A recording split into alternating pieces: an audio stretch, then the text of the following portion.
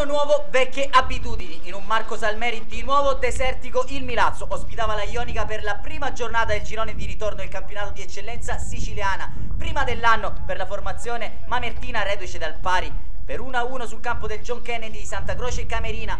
Da una sconfitta invece i ragazzi di Mister Moschella nell'ultima del 2018 sul campo dell'Aldo Binanti di Scordia. Due gli ex di questa sfida, Cardia tra le fila Santa Teresine, il nuovo estremo difensore invece mamertino Lo Monaco. Si disponeva con un 3-4-1-2 il Milazzo, che vedeva appunto Lo Monaco tra i pali in linea difensiva con Franchina, Marino e Russo, Longo e La Piana da agire come stantuffi di centrocampo. Alosi, coadiuvato invece immediata dal nuovo acquisto ex Manfredonia Abate. Con lui Presti, in avanti ci va Pino con Petrullo, risponde con un 4-3-3 la Ionica invece con Vittorio, Loria, Manuli, Bartorile, Rasimenco, a centrocampo Cardia, Martinez e Ferraro.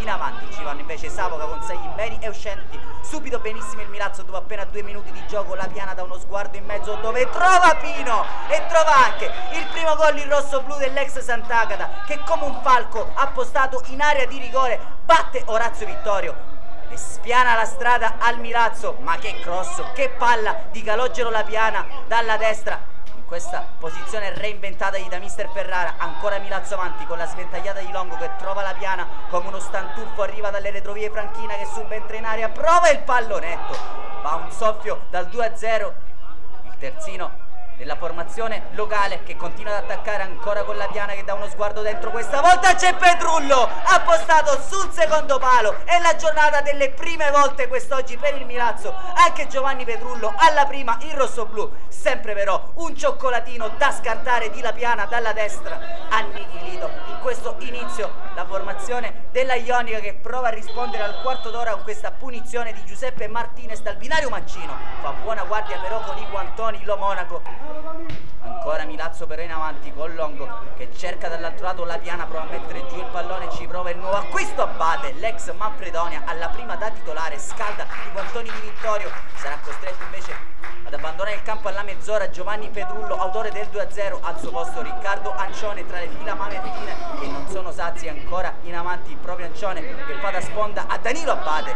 Ancora una volta cerca anche lui il primo gol in rosso-blu, non ha trovato la porta per questione di centimetri. Poi c'è questa azione bellissima avanti dietro del Milazzo, non capisce più nulla la Ionica, può correre veloce Franchina che mette il pallone a rimorchio dove arriva Longo a porta sguarnita, ferma tutto però il direttore di gara De Francesco per un presunto fallo di Pino ai danni di Loria. Dal nostro rallenti sembra invece scivolare il terzino Santa Teresino. Si resta allora sul 2-0 quando Mister Moschella comincia a pensare a qualche cambio. La risposta è tutta in questo tentativo sballato al 41esimo di Cardia, che non crea grattacapi dalle parti di Lo Monaco. Proprio allo scadere della prima frazione di gioco è Alessio Savoca a provarci, arriva però il duplice fischio e De Francesco squadre negli spogliatoi sul parziale di 2-0. È stato un dominio assoluto del Milazzo. La Ionica però prenderà le contromisure in campo subito nella ripresa. Dadone e Gaeta al posto di Uscenti e Bartorilla.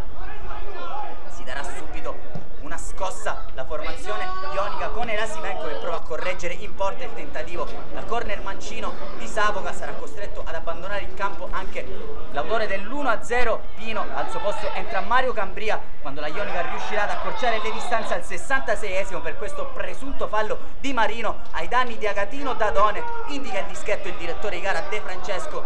Alla battuta ci va Francesco Cardia a tu per tu con Lo Monaco, lo spiazza e accorcia le distanze. Appunto l'abbiamo già detto, è la giornata delle prime volte, prima rete in giallorosso anche per Ciccio Cardia, scampoli di gara nel finale anche per Gianluca Gazzè che prende il posto di Saglimbeni. Risponde Mister Ferrara con Antonuccio per Presti, non accade molto altro. La Foggia per Alessio Savoca all'ultimo cambio nei minuti di recupero, vede Piccolo, prende il posto di La Piana. Le due squadre se le danno per lo più a centrocampo, non accade più nulla. Triplice fischio, primi 3 punti dell'anno per il Milazzo, rinvigorito da questa vittoria che gli permette di consolidare la posizione in zona playoff. Quinta posizione in classifica occupata dai ragazzi di Mister Ferrara, terzultima in graduatoria invece da quelli di Mister Moschella. Un saluto allora da Claudio Costanzo e da tutta la Wii Sport che come sempre vi dà appuntamento al prossimo servizio.